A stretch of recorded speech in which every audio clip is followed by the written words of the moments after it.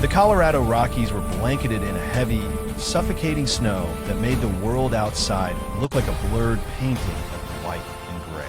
High on a secluded peak sat the Aurelius Medical Institute, a billion-dollar private hospital where the world's most powerful people came for surgeries that weren't exactly legal in the eyes of the law. It was a fortress of glass, steel, and high-tech security, guarded by a team of former contractors who were paid more to keep their mouths shut than to actually protect the patients. Into this cold, sterile environment walked a woman who called herself Lily.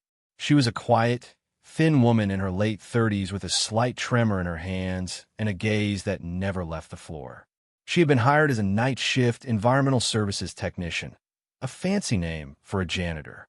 Her job was to clean the blood-stained surgical theaters, empty the biohazard bins, and scrub the floors of the high-security VIP wing. To the security team at Aurelius, men led by a massive, arrogant brute named Captain Vane, Lily was a punching bag for their boredom. Vane was a man who believed that if you didn't have a weapon or a bank account, you didn't exist. He would intentionally spit on the floor Lily had just mopped, or accidentally knock over a cleaning cart, scattering needles and glass across the hallway. He mocked her pathetic life, telling his men that Lily was a broken toy who had probably lost her mind years ago.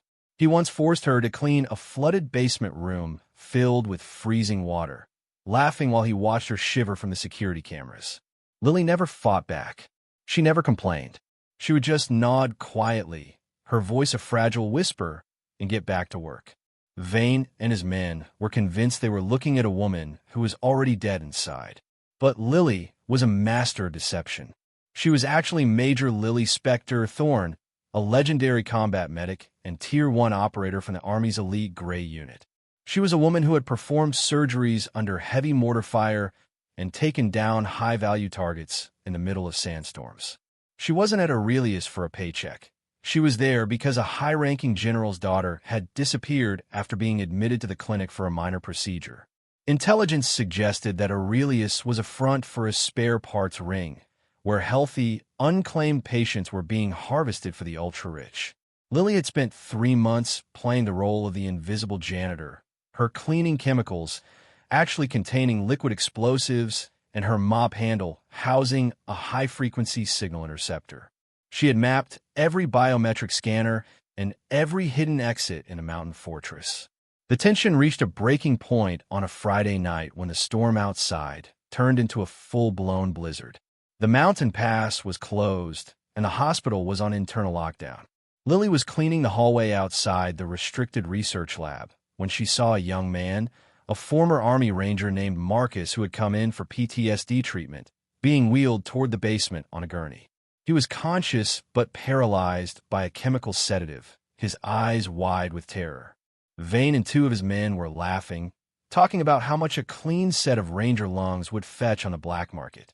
Lily watched from the shadows, her hands gripping the mop handle until her knuckles turned white. The janitor was gone. The Spectre had returned. Lily didn't wait. She followed them into the sub-basement, a place where the walls were reinforced concrete and the cameras were off-grid.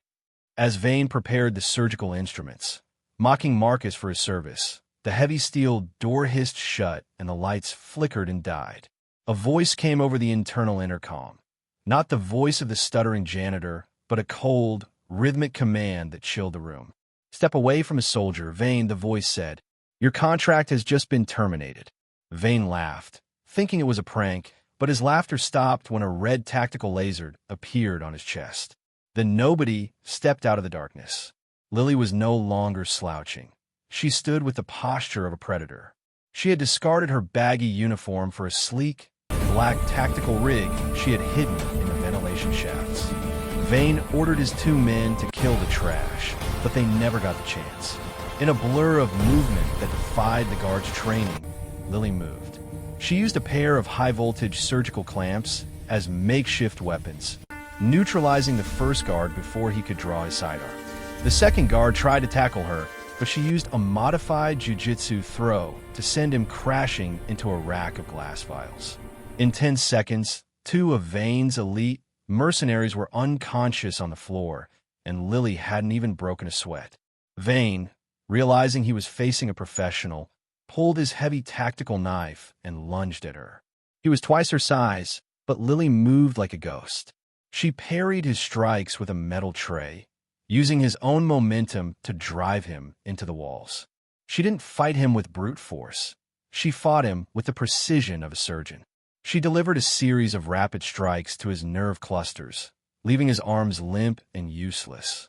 She ended the fight with a devastating kick to his temple that sent him crashing into the very gurney he had planned to use for Marcus. The head of security was broken, and the Hospital of Horrors was next. Lily didn't stop there. She tapped into the hospital's main server, bypassing the encryption that Vane had bragged was unbreakable.